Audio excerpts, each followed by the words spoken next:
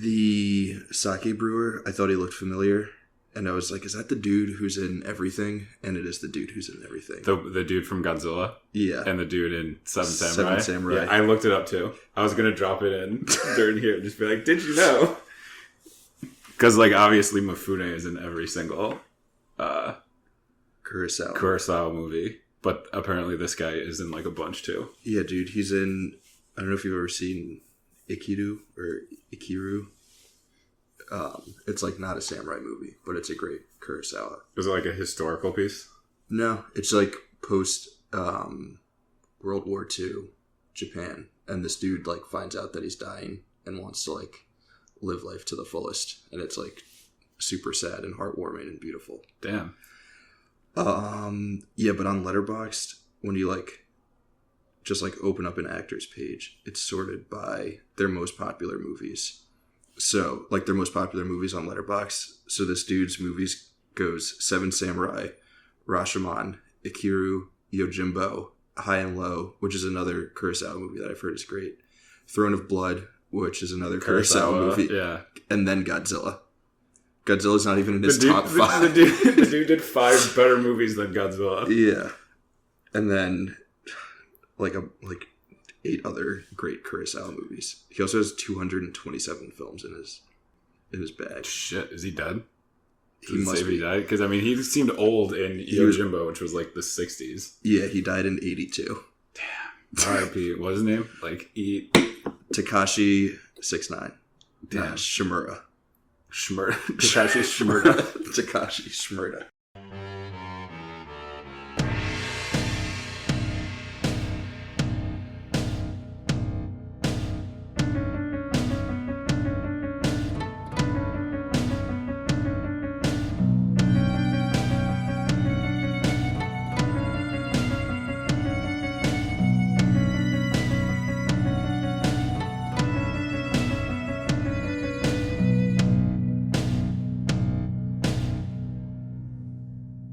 While on the topic of maybe making a little jingle, song, ditty, piece, segment intro for... How convenient to have... Dude! Someone here. Someone here who makes music. Someone here who made music for the show. Ladies and gentlemen, screenagers all across the land and maybe across the globe. Who knows? Yeah, the sea. Anyone listening out at sea, let us know. Yeah, anyone listening at pirate ships out in the middle of the 7 seas. Yeah, we have a very special guest on today. My good friend, Mr. Tim Quinn, who made the music for the Canon. So, yeah, man. Thanks for coming. Here. Yeah, no problem, dude. This is my first time on the show. I've listened to the first couple episodes, still, catching up as the ones that I haven't heard yet. But yeah, happy to be here. So you are our second guest. Well, we're going to group the Seans as one. You're a second guest who is not a... They're kind of only half a person anyways. They have the same name. So yeah, it's like Sean plural. Yeah, they don't even really count. But yeah, you're a second... This is the second episode to feature a non-Saw contributor to be on. Nice. Honestly, I was hoping that you would be on before the Seans. They were on before their podcast even launched, so like they were a bunch of frauds. Yeah. And you actually like contributed to the show, so it would have been nice to have you on first. But you saved the best for last, though. Honestly. Yeah, even though this isn't the last. All right, 4 episodes in. This is it, guys. That's it. Cut it. Breaking news. This is the last Canon episode ever. It's done. Also, our first live episode, or not live, I guess the first episode that we're doing in person, right? So Tim and I are in the same room right now. Yeah, listener. Man. COVID's done. Yeah, COVID's over. No more Zoom links and all that jazz. Took my mask off for the first time today in 3 years. But also everyone who we've had on, in their defense, they all live in different states.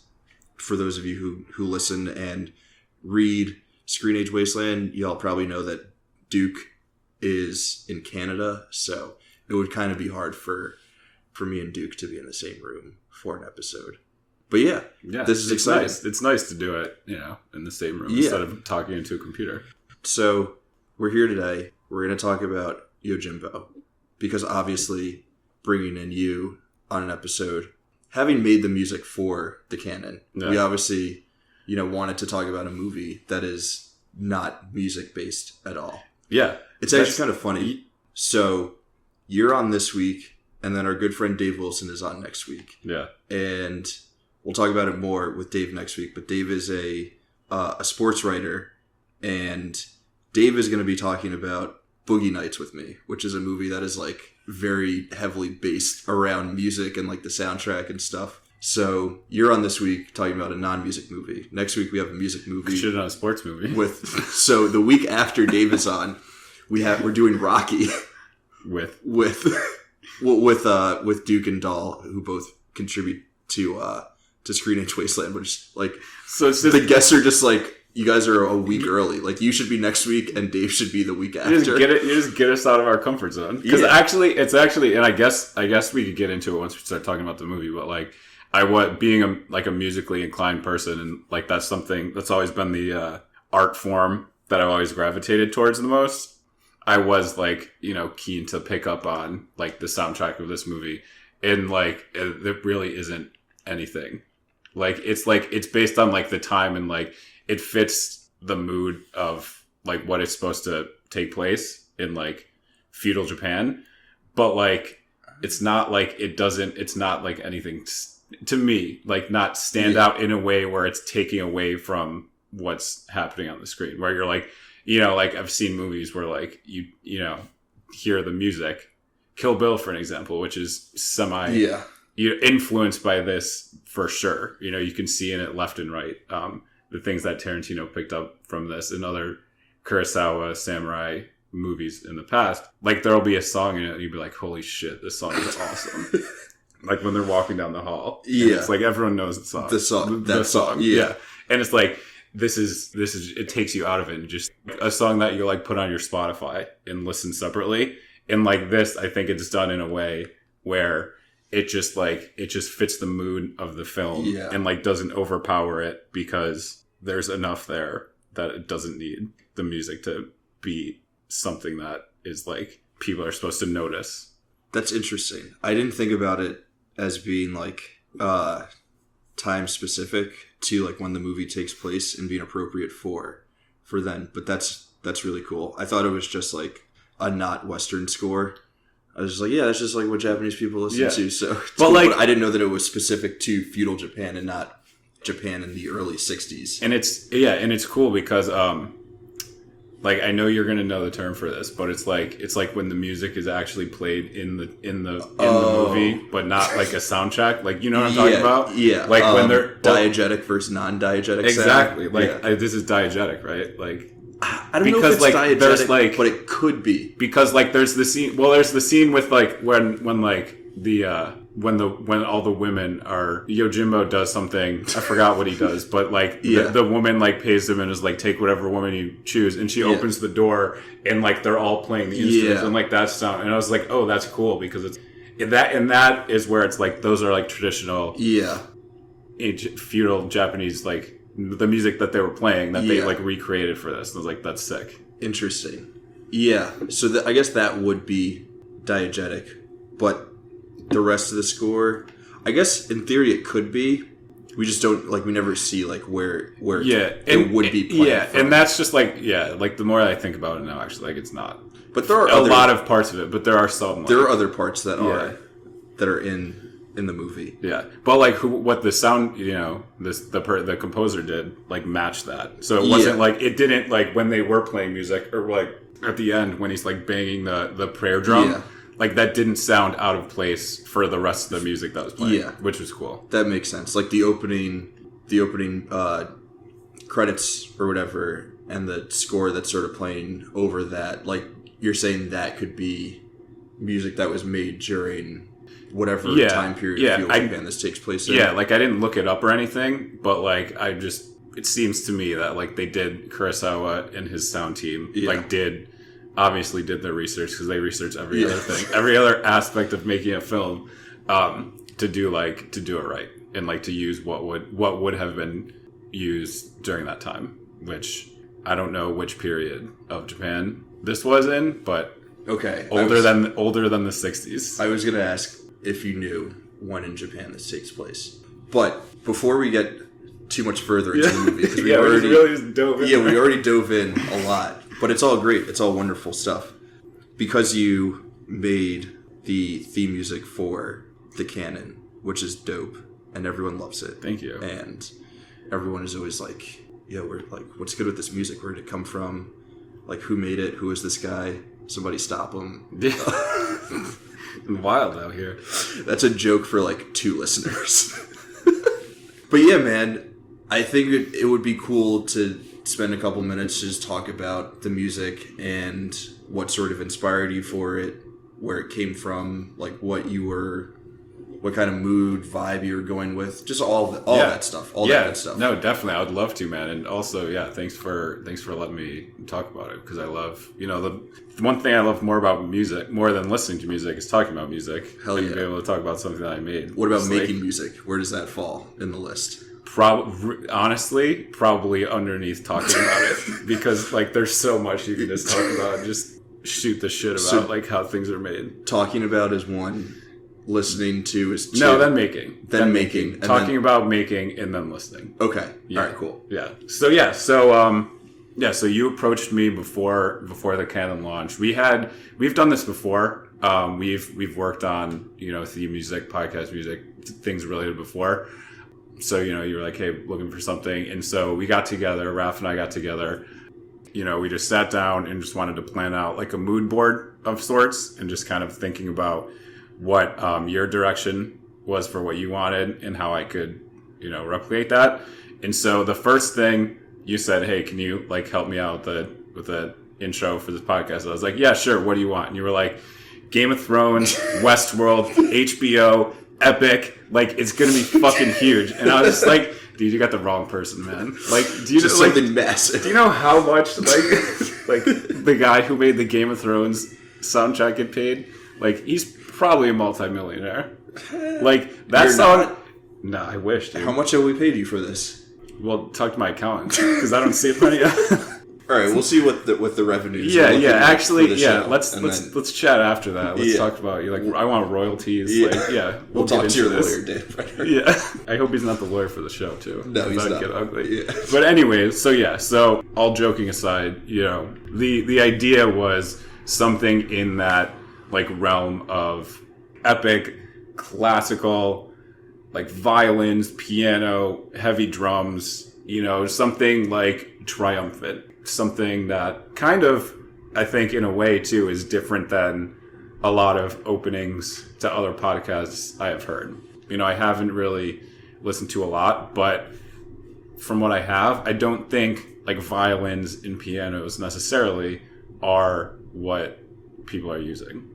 No, it's a lot of it's the same. It's like an easy drum beat, and it's more upbeat and like happy-go-lucky kind of stuff, and especially with movie podcasts, you get the really cheesy thing of we'll have like the sound of like a movie reel rolling, going with going with the intro, stuff like that, and then you also I don't know. It's a lot of times it's very easy and like not distinct, and I feel like what we were looking for with this theme music, which we obviously got, was something a little bit more refined, right? Something that really carries like the gravitas of what this podcast is supposed to be, which is talking about the greatest movies of all time. This isn't just like, hey man, let's have fun with movies, which it is, but it's also, we're playing with the big boys, so the music has to be up to that level as well. And I think you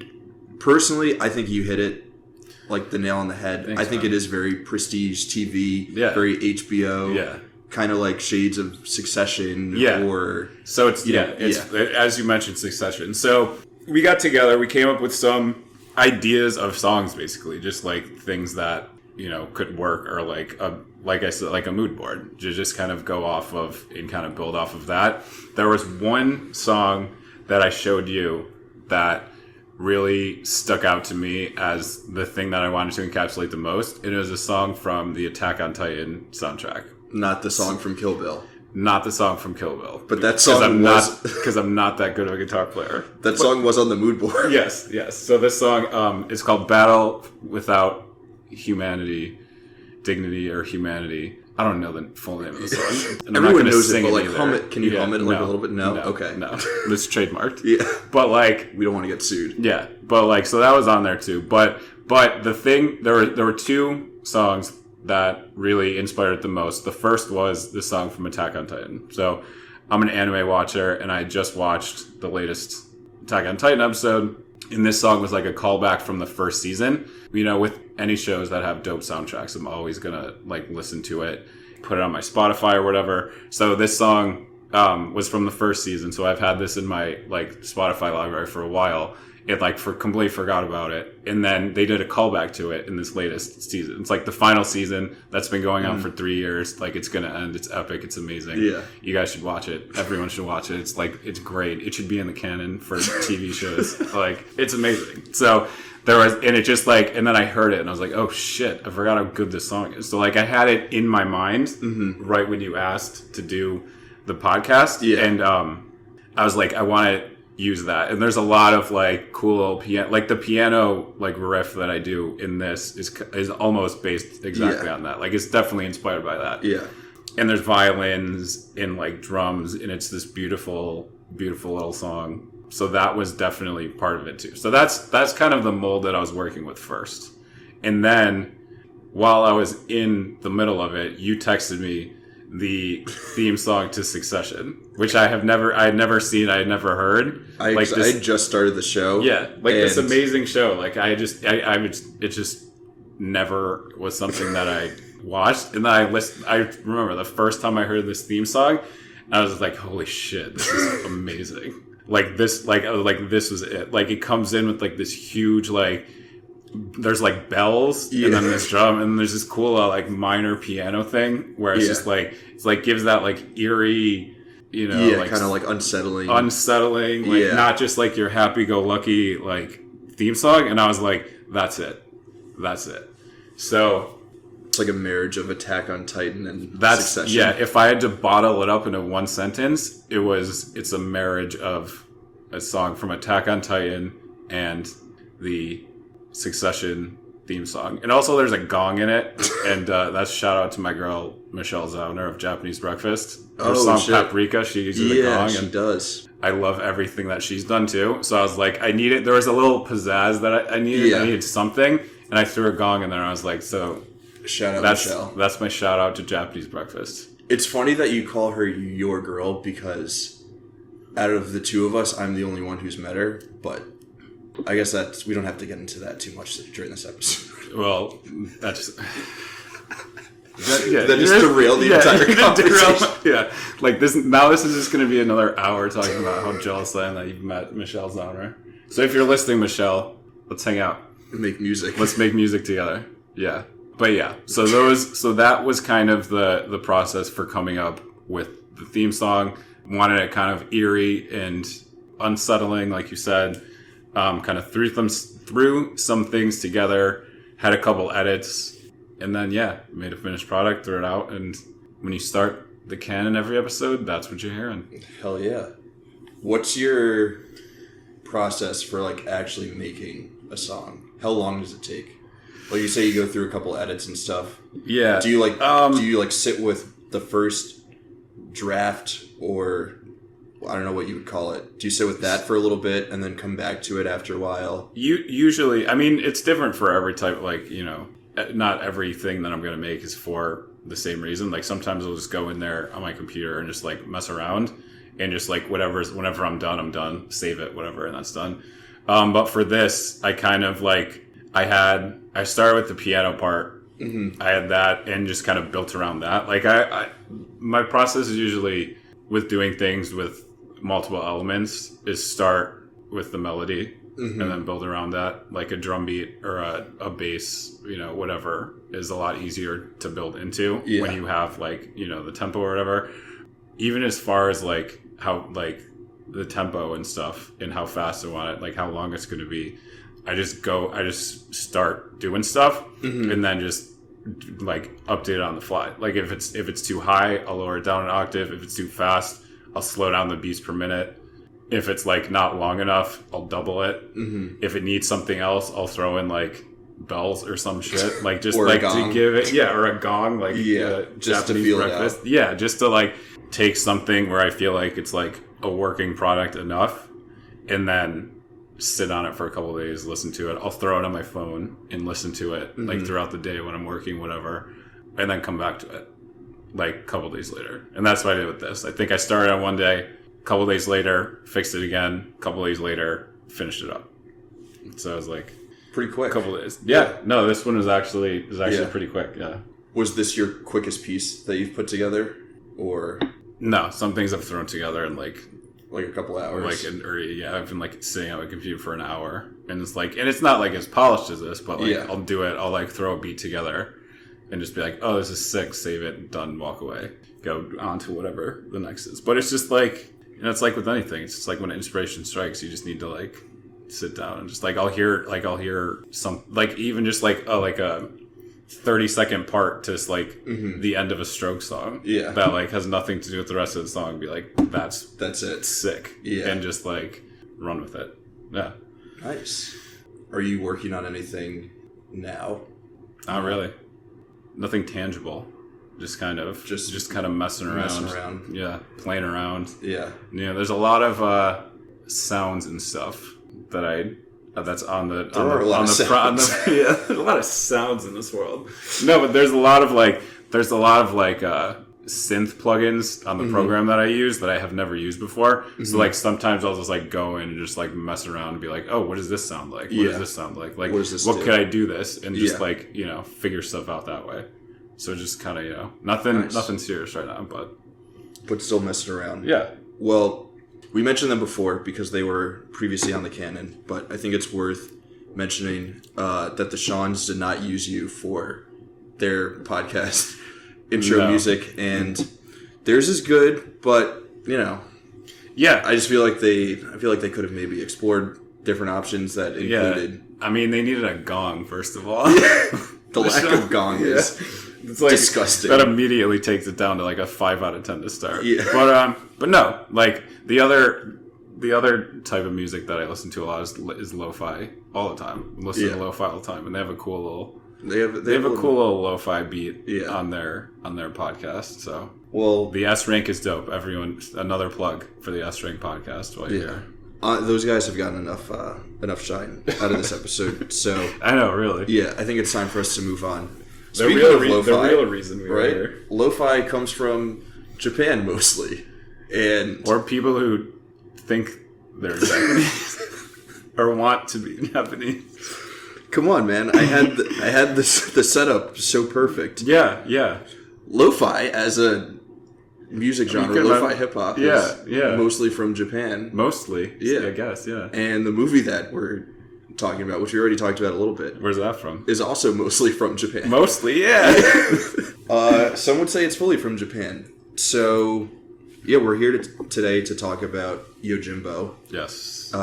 The amazing, 1961 Kurosawa movie. So this is pretty exciting. A lot of firsts on this episode here today. This is also our first international flick. Nice. In the canon. And, when I was reviewing the list of movies that are in the canon, I will say I wasn't part of Screen Age Wasteland when the canon was put together, so I really had no say in these movies. But for some movies, I was more happy to see them than others, and Yojimbo is one of those movies. Yojimbo is a fantastic flick.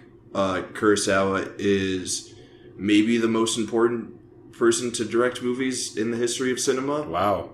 Maybe. If you're just thinking about most of the movies that you love as a modern moviegoer, a lot of it can be traced back to things that Kurosawa has done.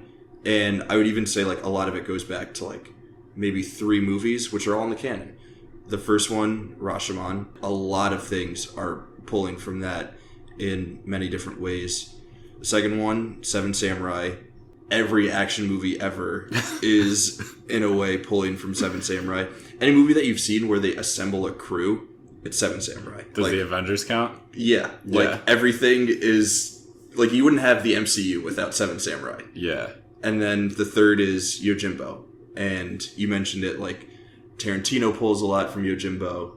We'll talk about it a little bit more, but Fistful of Dollars, which was the first big Clint Eastwood movie with Sergio Leone, who's like the king of spaghetti westerns, is literally just like a copy and paste of this movie. Yeah. So if you're into westerns at all, or like Clint Eastwood movies or Tarantino movies, which are like directly pulling from all those spaghetti westerns, then you are also pulling from Yojimbo. That's like a straight like lineage too, where it's like like not even like it's not even you could like for like people who are like doubt. I don't know that anyone would doubt like the importance of this movie, but like that's a straight. If you're like looking at Fistful of Dollars is exactly this movie. Yeah. Tarantino made his own version of spaghetti westerns, which came from that, which came from this. Like that's not even like tangentially related. Like that's a straight line. Yeah, you can fully draw the connection between like if this movie didn't exist, like we wouldn't have Quentin Tarantino. Yeah. So all that being said, was very happy to see that Yojimbo is in the canon. This is a super important movie in the history of cinema, and it's a pretty dope movie. Yeah. Another first for the show. We just watched the movie together, and we're now here talking about it, which is a pretty interesting exercise in podcasting about a movie. You know, most of the time, you know, for all the other episodes that we've had, people usually rewatch the movie either the day before, a few days before, maybe the morning of, but they'll, you know, take notes. They'll have time to sort of sit on it and think about it. They'll have time to maybe do some research, like do some readings and pull from that for the episode. But in terms of prep, we really we sat down, we watched the movie, and now we're here talking about it. Yeah, the prep was just watching the movie. Was just watch the damn movie. Just like, like you want to know what happens in Yojimbo, just watch it and then talk about it.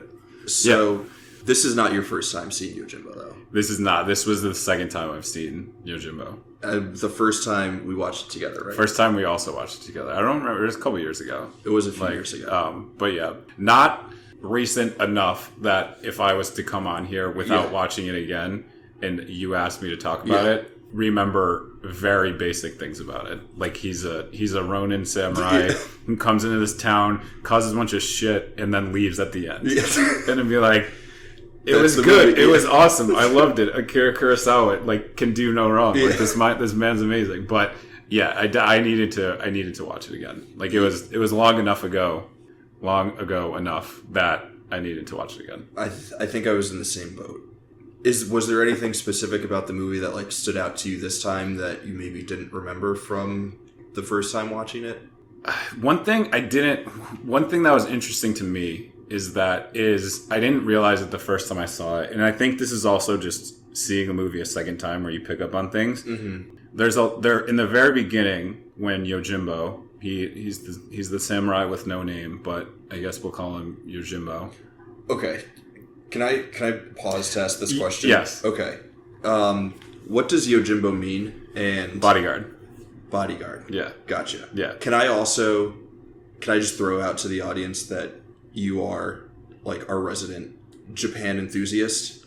Yeah, you can call it that. Yeah, it's okay. I'm not offended by it. But yeah, I speak very basic Japanese, and like things like finding out what words mean and like the history behind it is interesting to me. So Yojimbo is just a term for bodyguard, which both families in this movie were fighting over him to be their Yojimbo. Okay, so Yojimbo doesn't mean masterless samurai. That's Ronin. That's Ronin. Okay. That's Ronin. Yeah. Which actually I wanted to bring up at some point is like one thing that this movie doesn't do is it doesn't get into why he is Ronin. Why is he on the road aimlessly walking in the beginning? Yeah. Like I guess you can infer like that's just what happened. Like the samurai who dips right before one of the fights is happening when Yojimbo's looking out and he waves like that, you know, like it could have been something like that. But our Yojimbo, it doesn't seem like he's that type of person. No. So like he's built different. Like he's got that dog in him. So like that's what I was like one thing I was thinking about throughout the entire movie was that. And also he does say his name, which is the sequel to the Senjuro. When they ask his name and he looks out at the field. Yeah. And it's like 30-year-old like rosebud field. Yeah. And like Senjuro is 30 years. it was like, and then his last name was like whatever the field meant. So so that was actually his name? No, he made it up. Okay. He was like, it was like me looking outside and be like, grocery store across the street.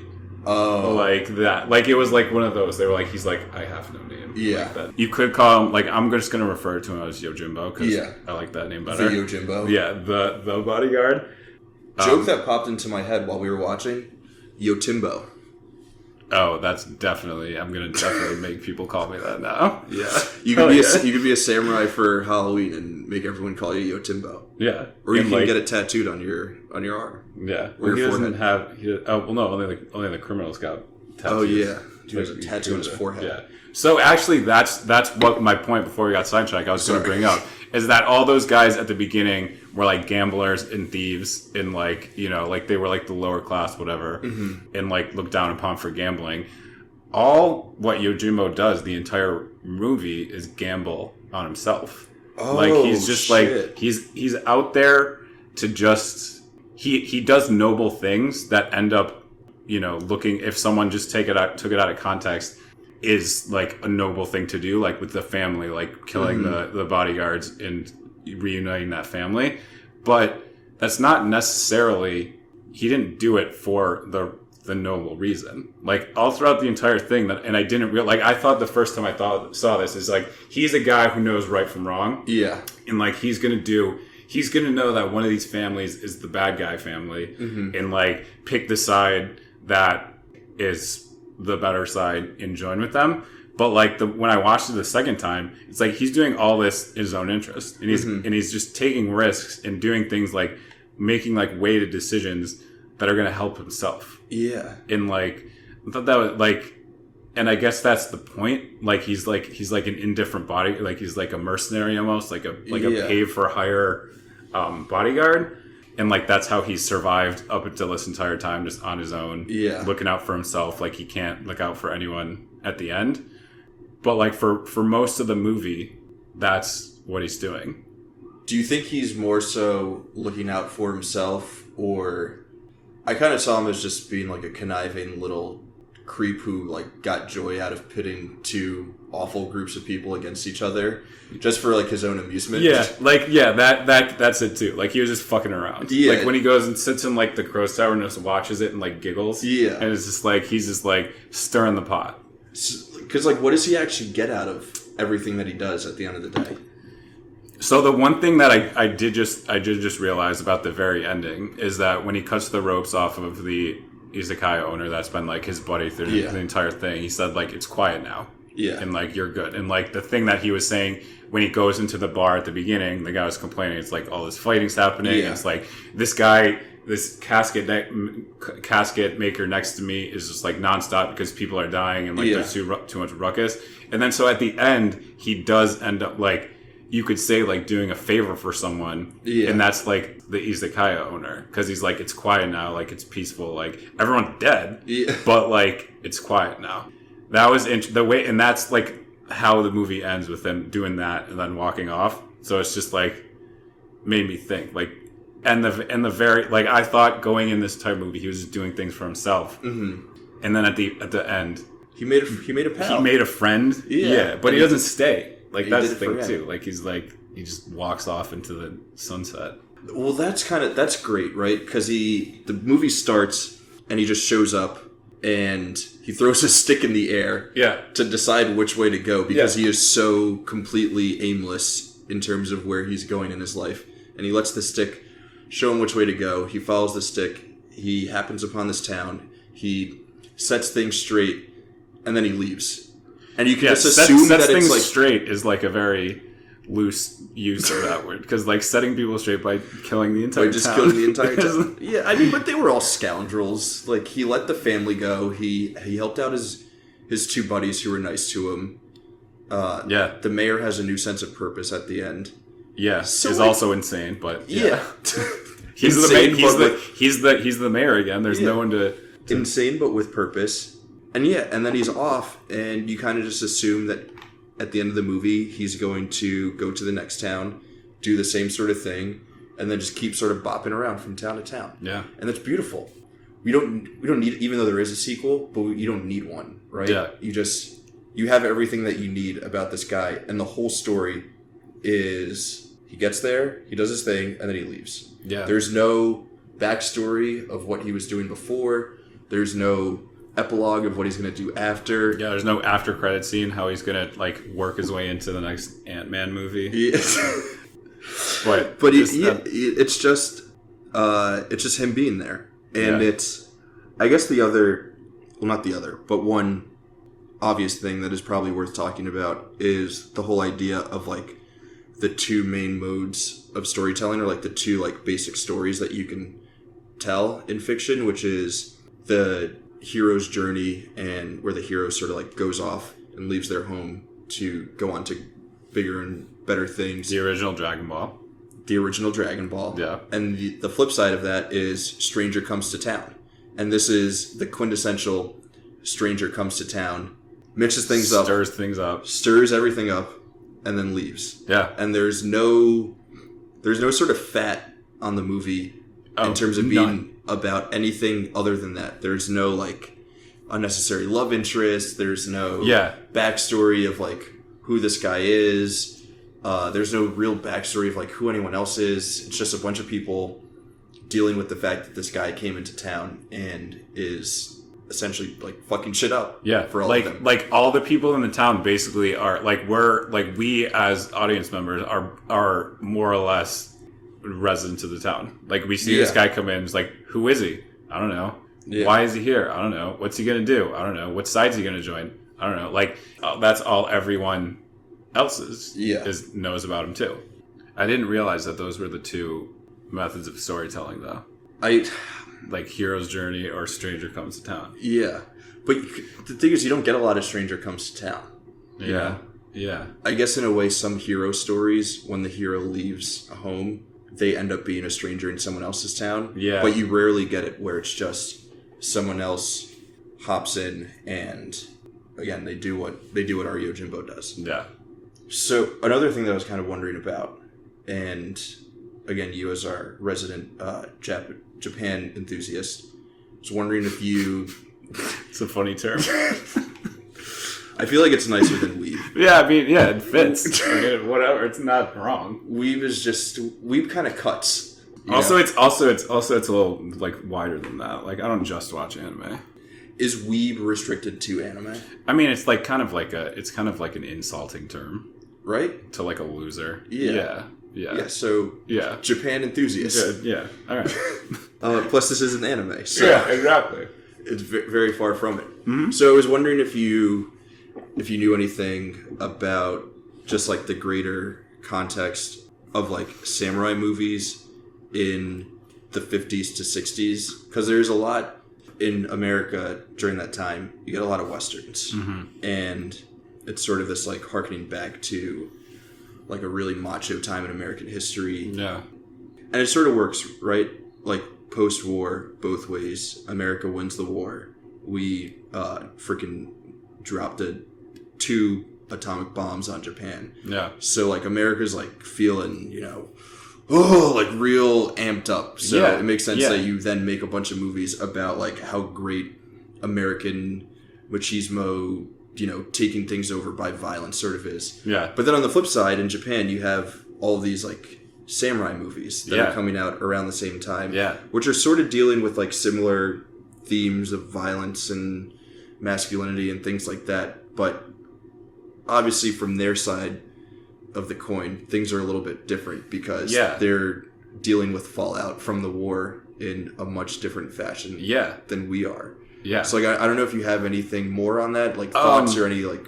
Yeah, I mean a little bit of just like like research and stuff that I've come across. It was definitely more so. I don't want to say winners and losers of war, but like in terms of what happened over there, like there was a lot of reflection. I think at a national level and just like kind of like coming to terms with like what their identity is as a country. And like Japan is also one of the most, still to this day, like one of the most nationalistic, pride in their own country. Yeah. Coming from saying that in America, saying that another country has more pride in their country than America is something to say. Yeah. But like they do, like that Japan definitely does. And I think in that time, like the 20-ish years after the war, I think it was a lot of just like reflecting on like what they do and what made them great, and like reflecting on their history instead of like trying to align themselves in the larger picture of the world. A lot of, you know, artists and stuff in all different types of media were trying to, like what you said, like in the same way that Americans were like hearkening back to Westerns, like they were hearkening back to their history, which is, you know, like their ancient history and all throughout their time is all like based in that. Do you think that stuff? We're getting like super off topic from the movie, but I feel like this is a really interesting conversation.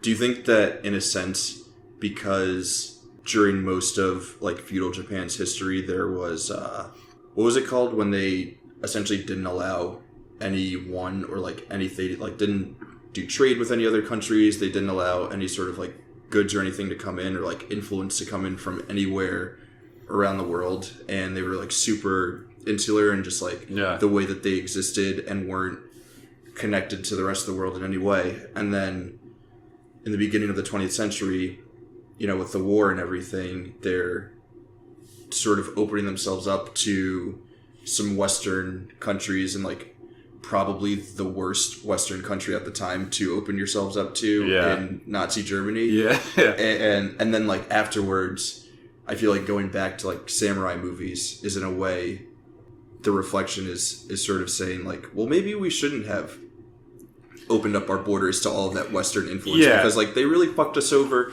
and that ended with us getting 2 atomic bombs dropped on us, and like maybe we should have just, you know, always acted in the ways that we acted during the time of the samurai. That's what I was thinking about. Like when they were being reflective, they were like, "Yo, we like what the fuck did we do?" Like, and I'm not speaking out of, you know, this is just, you know, what I believe, like, you know, what I've seen and what I believe. Like this isn't fact at all. Like this is just what I think. But this terrible thing happened, and it actually set off like an entire like reset into what the country is. Is like, you look at Japan now, if you only look at their history from like 1980 forward, it's like there's mass, like they have like a top 10 GDP in the world for this country that's as big as California.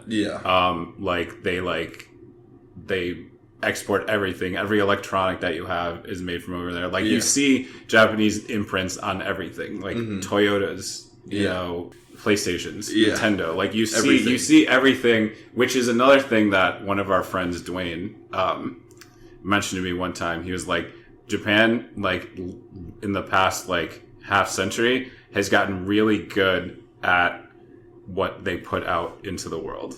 Like their PR team for the country, and like what their exports are like paint them in like such a amazing light, and like are so like they only let the good shit get out into the world, which is like, I think like this movie is definitely one of one of the greatest movies ever made. It's just like, this is what they push out into the rest of the world, which I think is super interesting. That is very interesting. All right, so back to like very not off topic. I mean, it's related. This is it's all related, and it's important. I think it's important stuff to know, or to at least be like thinking about when thinking about this movie. And again, like for the canon specifically, like we're talking about movies that are the most essential movies of all time, and like sort of understanding the greater context of why they are so important is good to know. Yeah, but I think definitely. I would have loved to hear like Kurosawa's take on. Is he still alive? No, he died years ago.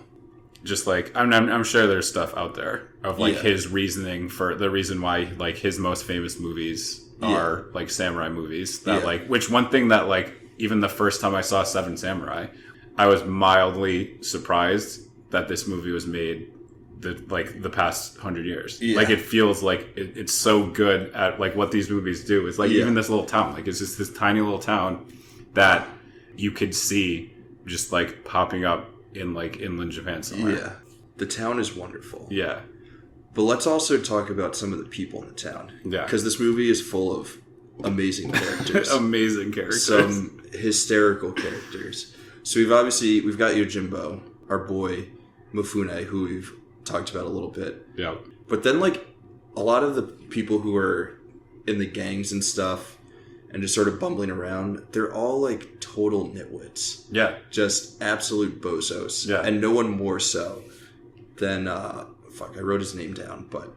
the little brother. The little brother with the unibrow. Yeah. That is an all-time movie unibrow. That dude plays a buffoon like no one like else. He's almost, it's almost every time he comes on screen you laugh. Yeah. Like he is 100% the comedic relief in this movie, and he's hilarious. Yeah. It's amazing. But it's never like played up so much that it's obvious that he's the comedic relief. Yeah. It's just sort of, look at how dumb and ridiculous this guy is. Yeah.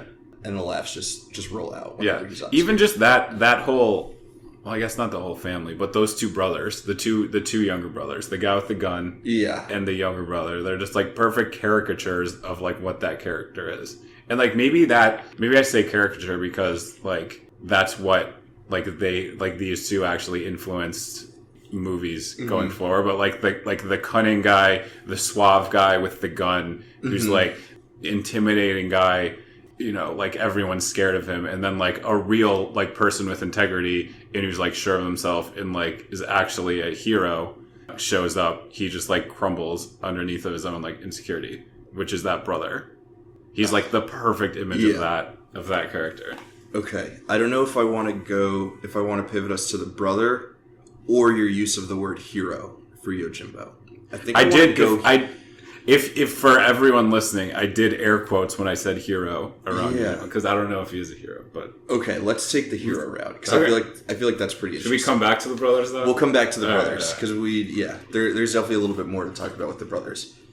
But so Yojimbo as a hero in air quotes, is he the first in film or TV? Is he the first anti-hero?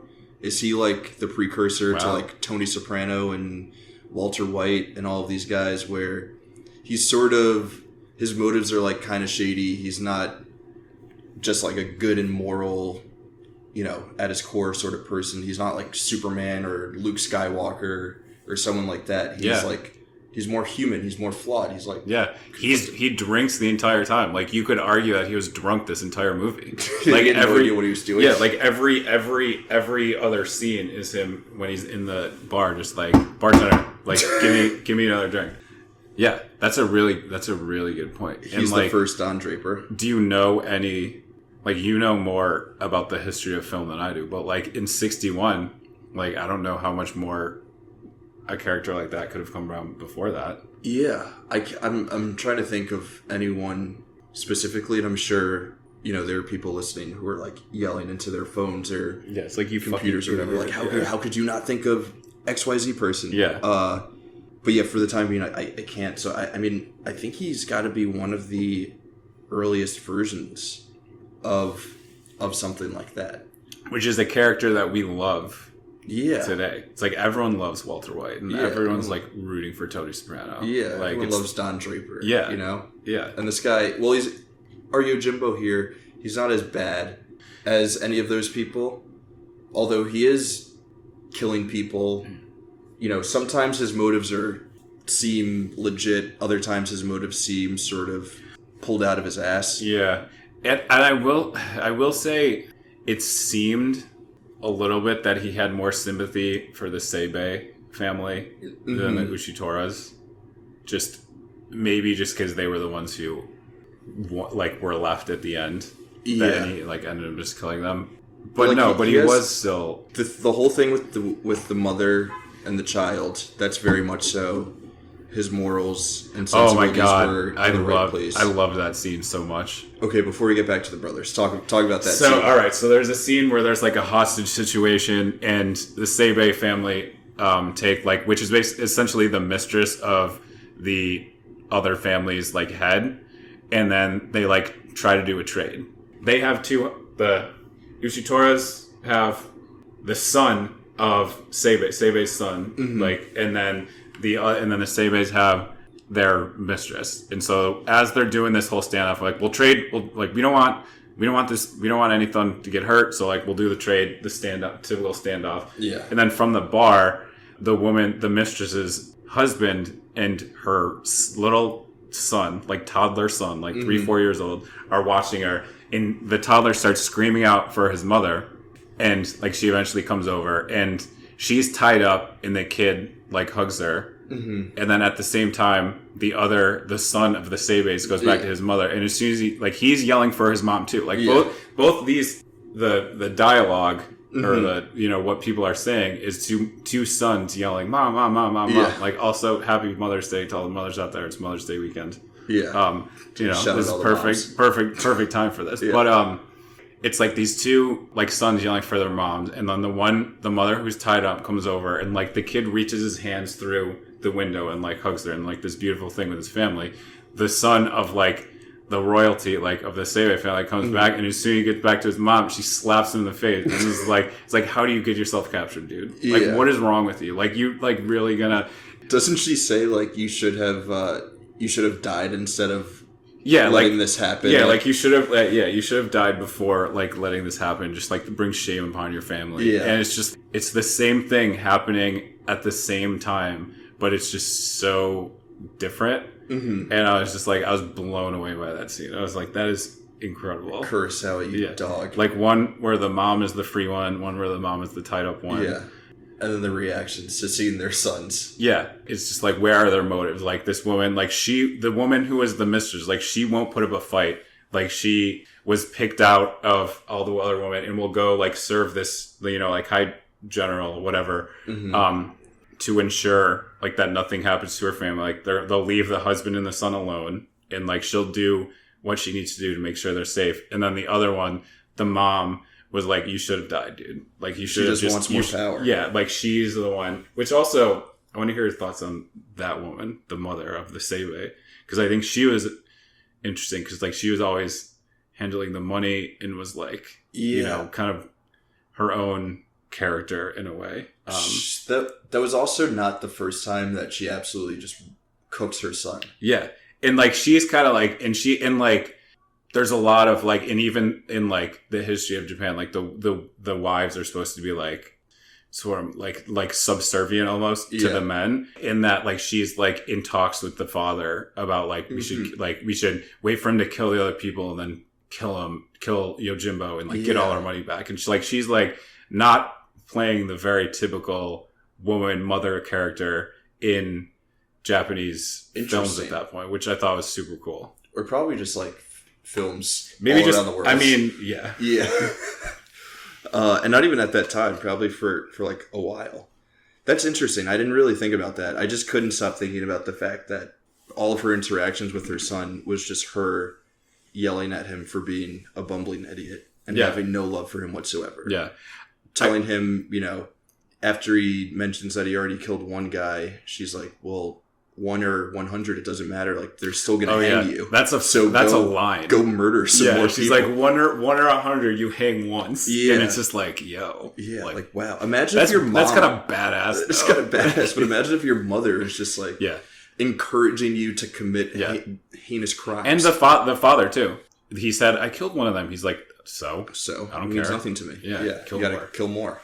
Okay, before we get back to the brothers, which I swear we will. Yeah. The whole like beef between these two families, I'm not sure I totally get it, or if there is anything to get. What exactly are they fighting for? Just like territory and power? Also, how do they get money? Like, are people like going through this town and then like buying things from them, or what? Yeah, like, what's the beef? That's also, there's a mayor. There is like a politically in power figure that both these families just brush aside. They're like, I have no respect for them. But there is a mayor, so like they're completely just like ignoring that.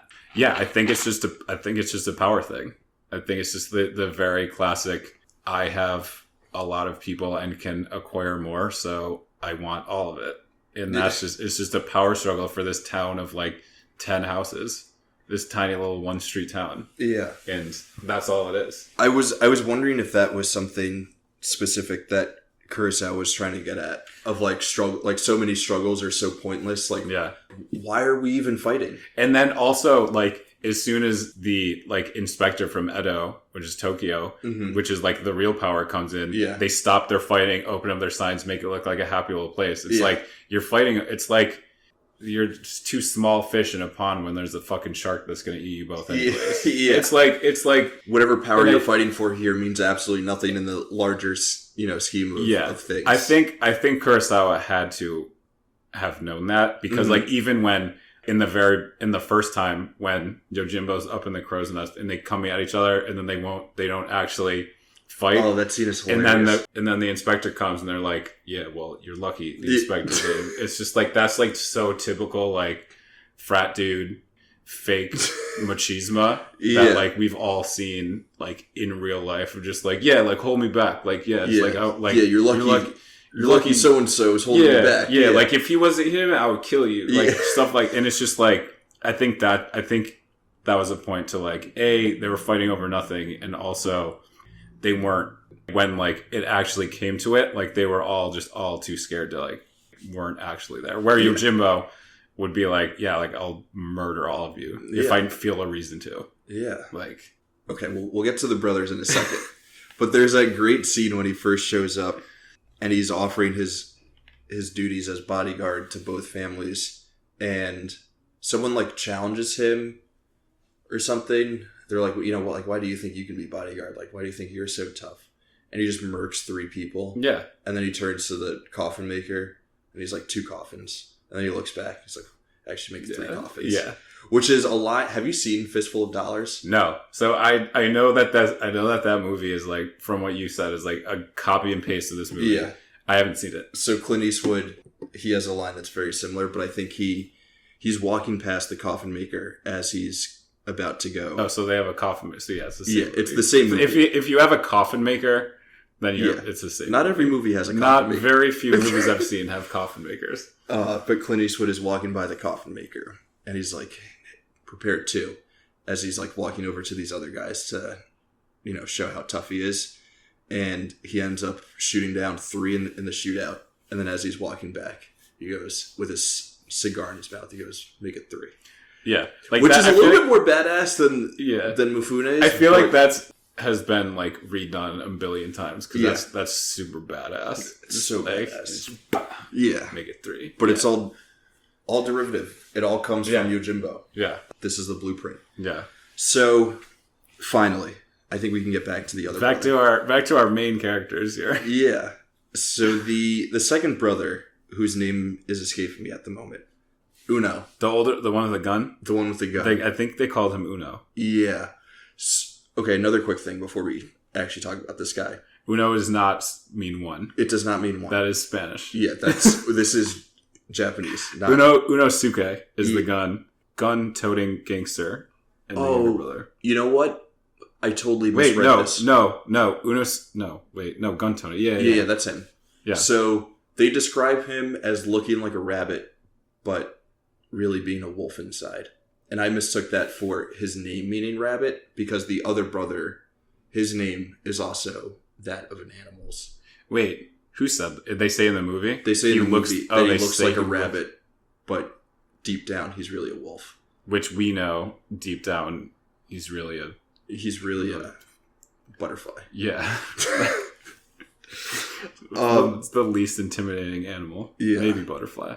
He's probably butterfly. Yeah. Yeah. Butterflies are nice. Yeah. So, Kichi is the other one.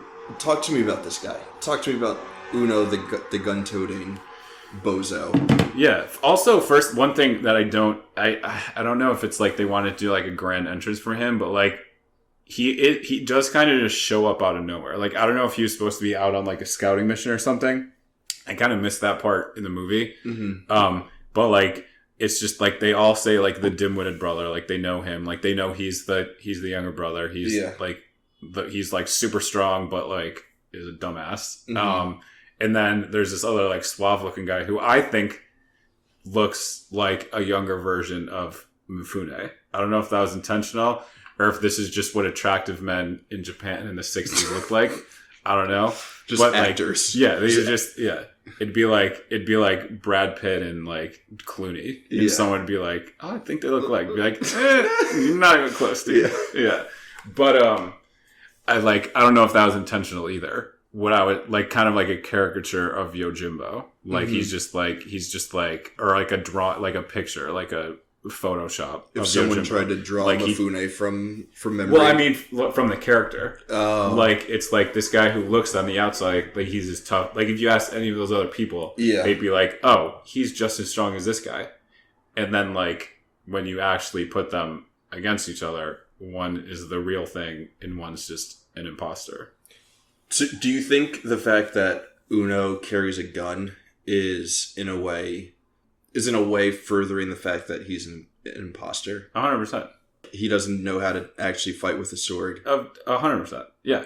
And he's like, his entire persona is based around that gun too. It's like, even at the end when he's dying, he's like, I feel naked without it. Yeah. Like all his sense of security and what he became and what he thinks of himself as is based on that gun.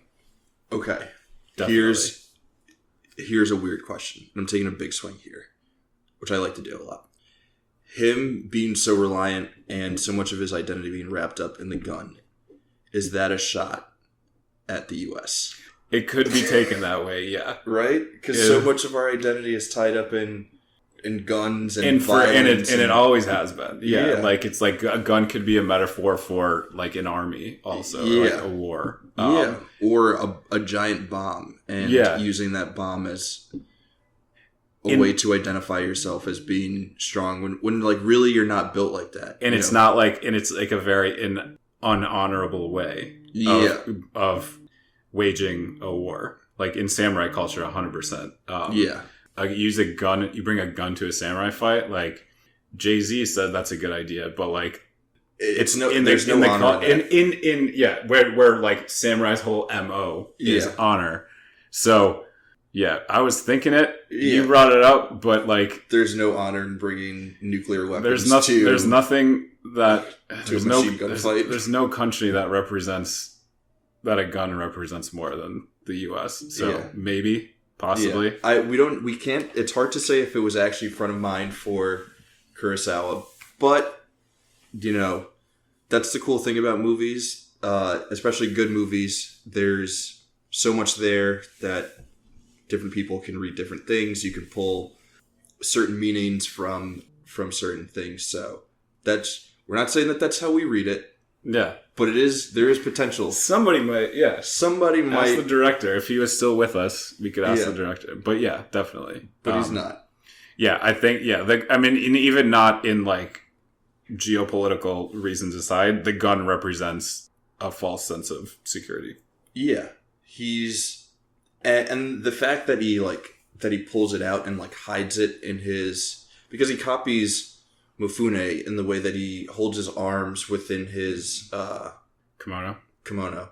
He copies him in the way that he hides his arms in there. Yeah. Yes. But then that's a really good point. And he hides his little gun in there, and then he pulls out his gun all sneaky. Yeah. So it's like double, lack of honor. Yeah. Not just that he has the gun, but the fact that he's literally hiding it in something that, like, represents honor for a samurai in terms of, like, the way that they dress and present themselves, but deep down inside of that, he's really carrying this lack of respect for whatever it is that we're all supposed to be respecting in terms of, like, a higher power or connected sort of understanding of the universe or whatever. Yeah, definitely. I don't understand samurai as, like, a faith or whatever. I know that it's not like the Bushido. Bingo. Yeah. But yeah, I mean, that's the whole thing. Yeah. Like, they don't like guns. But yeah, and I mean, Mifune, his Yojimbo, he's practicing his knife throwing as he's recovering. Yeah. And then in that final showdown, he sticks it. That's the thing that, like, you brought up before, how there's no fat on this movie. The thing that I chuckled about is, like, there's this whole, like, obviously it's leading to this whole confrontation at the end. Yeah. In today, if this was a Marvel movie, that would take, like, 30 minutes. Like, that would be a whole thing. Oh, that fight. But, like, you just see, like, clearly Yojimbo outclasses everyone, and it doesn't fuck around with trying to make it an even fight. They show the fight, bam, bam, in like 3 swings, he kills everyone. The giant with the club down in one swipe. Like Eno or the little brother, down in one swipe. He throws it. It was sick when he threw the knife at Uno and then cuts him down. Yeah, but like. There's no point to draw it out of whatever. Like everyone knows that's when it's going to happen. Yeah. The good guy's going to win, and there's no match for him. So because it really like more than any amazing. I like a good sword fight as much as the next person, but like this really showed how much he was just a class above, which also makes me like. I know we have the sequel, but like a prequel would be pretty sick. Like not now, like God, nobody make it now. But like, it would be cool. To, like you don't want Quentin Tarantino to make it? Maybe. I was just thinking like Marvel again. Like, you really don't like Marvel? Huh? I don't. I really don't. I just don't. I think they ruin movies, but that's another episode. Yeah, it's like this movie doesn't need it, but the character of Yojimbo is so intriguing, and the lack of information we have on him makes it a lot more fun to like brainstorm about like when he came like what was he part of a group before this, or like why did he become a Ronin, like what happened, all that stuff, which just makes him that much better of a character, the mystique around him. Exactly. And like where's he, well I guess the sequel answers where's he going, but have you seen the sequel? No. Same. Yeah. Speaking of mystique, before we move on to recommendations, the last thing I want to mention about this movie is the shot of him in that final showdown when he's walking slowly and the dust is blowing in front of him is maybe the coolest shot in the history of cinema. That shot is so good. Yeah. I want just like 2 hours of that on loop. Yeah. It's with the song from Kill Bill playing in the background. but again, it like, it adds to the mystique of him because we don't really know this character at all. But at that point in the movie, we know that he's going to absolutely wreck this gang in whatever showdown is about to happen. Yeah, we know enough from what happened to see that he's gonna just like it's not even gonna be a contest. And I'm glad they did it that way.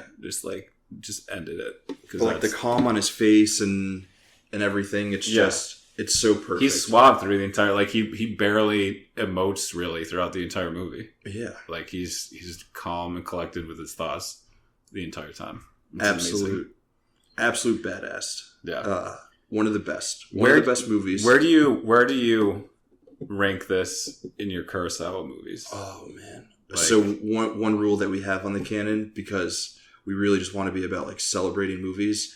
We don't do ratings, and we try to avoid rankings. Damn. We also try to avoid talking shit about movies in general or like major studios like Marvel. Who we'll cut it out. It doesn't matter. Sorry, Disney.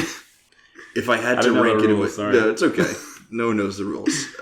First rule about the Canon is you don't talk about the Canon. Damn. If I had to rank it in Kurosawa, it would be up there. I think Seven Samurai is his best, but everything is top tier.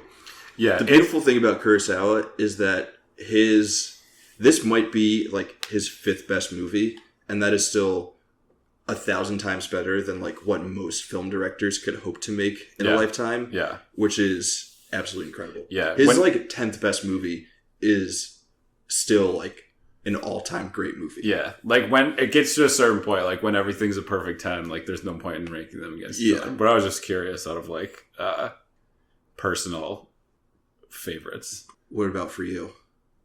I don't think anything can touch Seven Samurai. Yeah. But this is up there. I mean Rashomon too. Like all the ones, whoever picked those 3 out of for the Kurosawa for the Canon, like that's right. Like that's the right answer. Because like those 3 they're all just amazing. They're incredible. Films. Yeah, they're absolutely classics. Yeah, but I'm happy we got to talk about this one. Yeah. Some of the listeners probably know this, but we've been trying to get this episode on for a while. We've had to push it a few times just because life kind of gets in the way. But I'm happy we finally did it. I'm happy we had this conversation. Yeah. I'm happy we got to talk about the theme music for a little bit, which was really cool. Yeah. Before we get out of here, we'll add the music here, and then we'll do... And then we'll do recommendation music here. Yeah, so... Yeah, we're going to go 3 recommendations. Okay. We'll just go back and forth. Wait, we each do 3? We each do 3. We each do 3, but we're going to go 1, 2. Okay. So you can start. Okay. So, if you like this movie, if you like samurai movies in general, if you like this type of action where you can imagine, people fighting with swords, one book that I really enjoyed is called Shogun by James Clavell. It's definitely... Have you read it? I haven't read it. So, isn't it like 1,000 pages? It's like 1,200 pages. It's long. And it was written by an Englishman. And the premise of the story is an English boat on the way to India, maybe? Somewhere, sailing somewhere, shipwrecks in Japan. Mm-hmm. And this is the Tokugawa shogunate, which I don't know what time period it is. But all the characters are based on real... emperors and stuff in the history of Japan. Like, it's all loosely based on real characters. Mm-hmm. So it's written from like a white person's perspective. So it's not like historically like in the canon of Japanese history. Canon.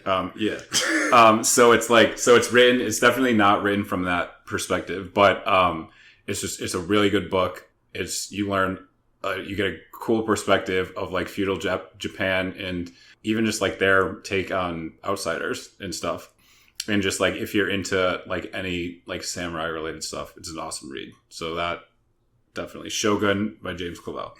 Nice. I remember you and a little Inside Baseball here. Is it Inside Baseball? That's the name of the show, right? Baseball Tonight? No. Doesn't matter. Okay. A little Inside Baseball here. Tim and I are very good friends, and we went to Japan together a couple of years ago. And I was going to say, I remember you and Ryan talking about that book together while we were over there. It's definitely one of the like in terms of like epics, like in the realms of like epic long huge books. Like it's one of the best ones I've ever read. If I ever find enough time to read 1,200 pages, I will check that out. All right, for my first recommend, I'm going to go with something that is a little less time consuming than reading 12,000 pages. Mm-hmm. I feel like this is a hard movie to do recommendations for because it's our first international movie. So like my mind is just going to like Japan. Yeah. It's just like anything Japanese could be a recommendation because if this is like your first samurai movie, like there's thousands of different things that you could then check out from here to continue that sort of fandom. Yeah.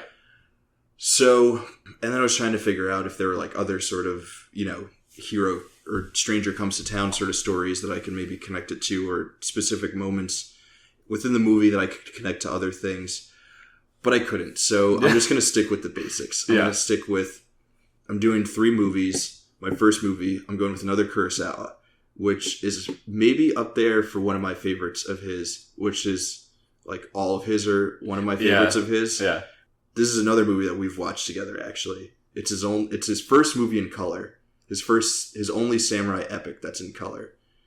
I forgot the year, but it was made in the 80s. Ron. Yes. Which is amazing. Absolutely incredible. If you like Seven Samurai, if you like Yojimbo, if you like just like samurai movies in general, but you're tired of them always being in black and white, check out Ron because Kurosawa in color fucking slaps. Yeah. I concur. Amazing. It's phenomenal. Yeah. It's phenomenal. So that's my number 1. Nice. All right. So my number 2, like you said, like you were trying to think, you put a lot more thought into it, I guess, of trying to think outside the box. I was thinking very inside the box. It was like, if you like this for the samurai shit, you should do these other things that are all samurai related. Yeah. So my second thing, can I do 4? I have 4. I'll do 3. Okay. Because my fourth one was just kind of like I'm gonna ditch the 4. Okay. Never mind. We've had beef with Duke. We had to suspend him for a few episodes because Duke. He gave 4. Duke, I feel you though. I feel you. I know it's tough to pick to get down to 3. But my second one, so I'm going all media that are not movies to spice it up a little bit. Okay, well, one of the rules is one of them has to be a movie. Seriously? Yeah. Bro. But it's fine, because I'm going 3 movies, so we'll allow it, I guess. Okay. So the second one is you should play the video game Ghost of Tsushima. Okay. Because samurai. Because it's a video game where you're playing as a samurai and you fuck shit up in Japan. And it's amazing. And there are other samurai games, but this one's the easiest barrier of entry. You don't have to be like a gamer to be good at it. That's very fair. I was hoping that you would put that on your list because I wanted to put it on mine, but I also didn't want to put it on mine. So I'm happy that you picked it. Nice. I also was kind of assuming that you would. Yeah.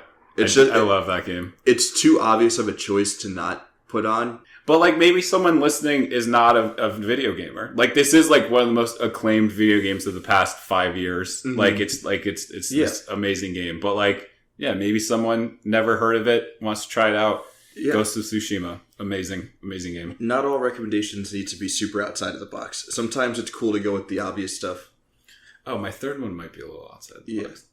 Like, okay, I always say when you go to Paris, it's okay to go to the Eiffel Tower, even though it's like an obvious tourist trap, because it is that spectacular that it's obvious for a reason. Yeah. Ghost of Tsushima as a recommendation for Yojimbo is obvious for a reason because they're both awesome. Yeah, I can't remember if I guess he's not a Ronin, but like he kind of fits a little bit, I guess. Yeah.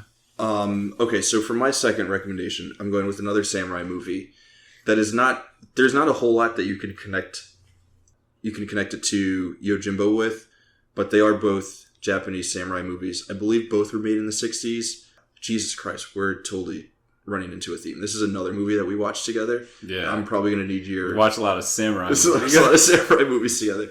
I might need your help in pronouncing it because I feel like I always butcher it. But Harikiri.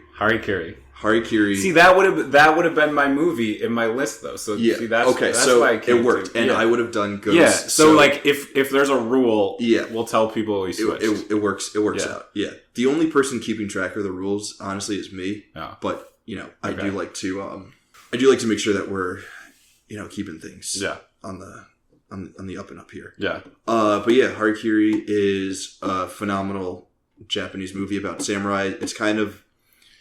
It's a good flick in the samurai genre because it sort of subverts a lot of what the samurai genre does. So if you've watched a lot of samurai movies and you're then looking for something that is sort of, I guess, against the grain in that regard, Harikiri is definitely something to check out. Yeah, definitely. And amazing. It's like another perfect amazing movie. Yeah.